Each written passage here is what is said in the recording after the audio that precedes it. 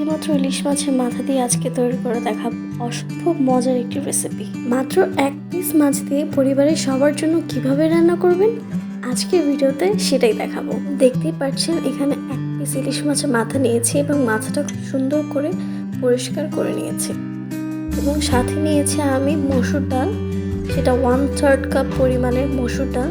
আপনারা চাইলে এখানে একটু পরিমাণটা বাড়িয়ে ব্যবহার করতে পারেন।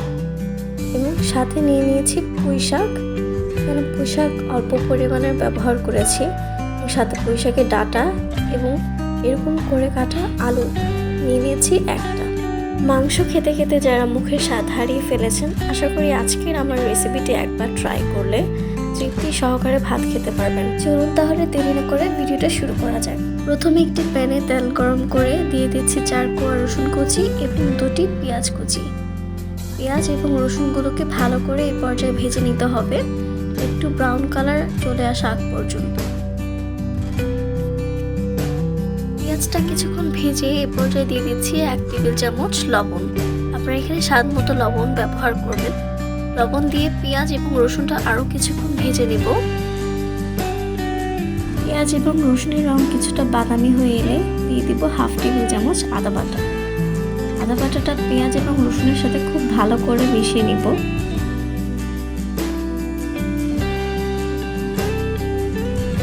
এই রেসিপিতে স্বাদ দ্বিগুণ করার জন্য আমি ব্যবহার করব এখানে একটা নাগা মরিচ। এই নাগা মরিচ হচ্ছে গেম চেঞ্জার। এখানে 1/2 নাগা মরিচ কুচি করে দিয়ে দিব।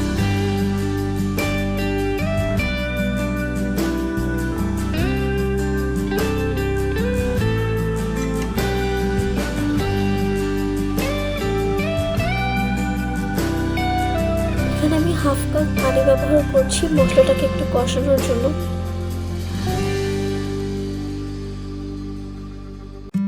দিয়ে দিচ্ছি 1 টেবিল চামচের চেয়ে একটু কম হলুদের গুঁড়া,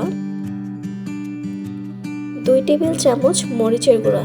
যেহেতু ঝাল এটাতে বেশি হবে তাই 2 টেবিল চামচ মরিচের গুঁড়া ব্যবহার করছি।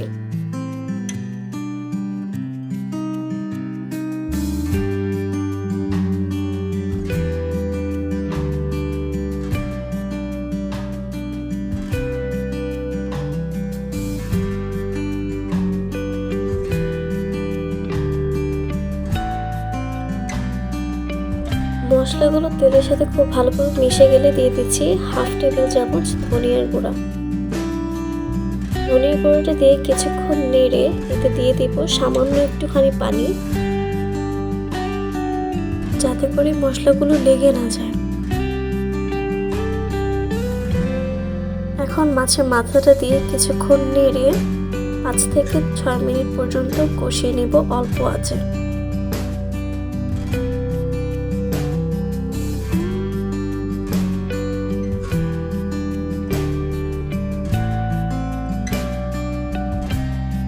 পাঁচ থেকে 6 মিনিট পর মাছটা যখন কষানো হয়ে যাবে দিয়ে দেব কিছু কাঁচামরিচ দিয়ে কিছুক্ষণ নেড়ে এরপর একে একে ডাল ও আগে থেকে কেটে রাখা পুঁই শাক এবং আলুগুলো দিয়ে দেব।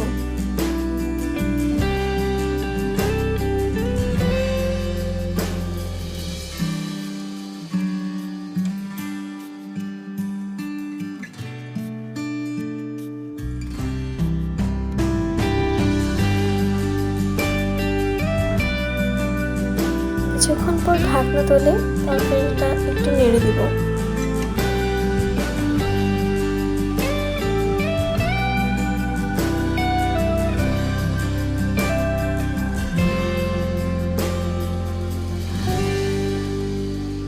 আবার একটু ঢেকে দিব এবং 4-5 মিনিট অপেক্ষা করব। এখন পর্যাপ্ত পানি দিয়ে তরকারিটা ভালো করে সেদ্ধ করে নেব।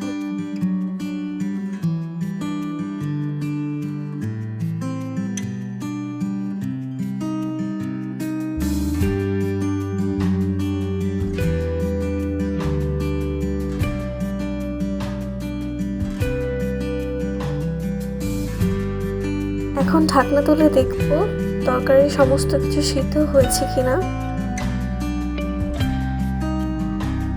এবং অপেক্ষা করব ঝোলটা ঘন হয়ে আসা পর্যন্ত।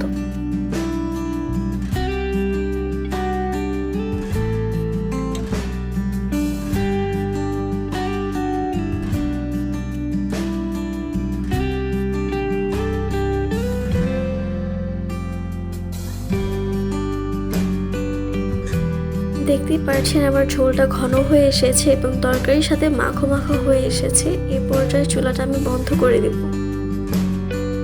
দেখতেই পাচ্ছেন কত সহজে এবং অল্প সময় ঝটপট এই রেসিপিটি তৈরি করা যায়।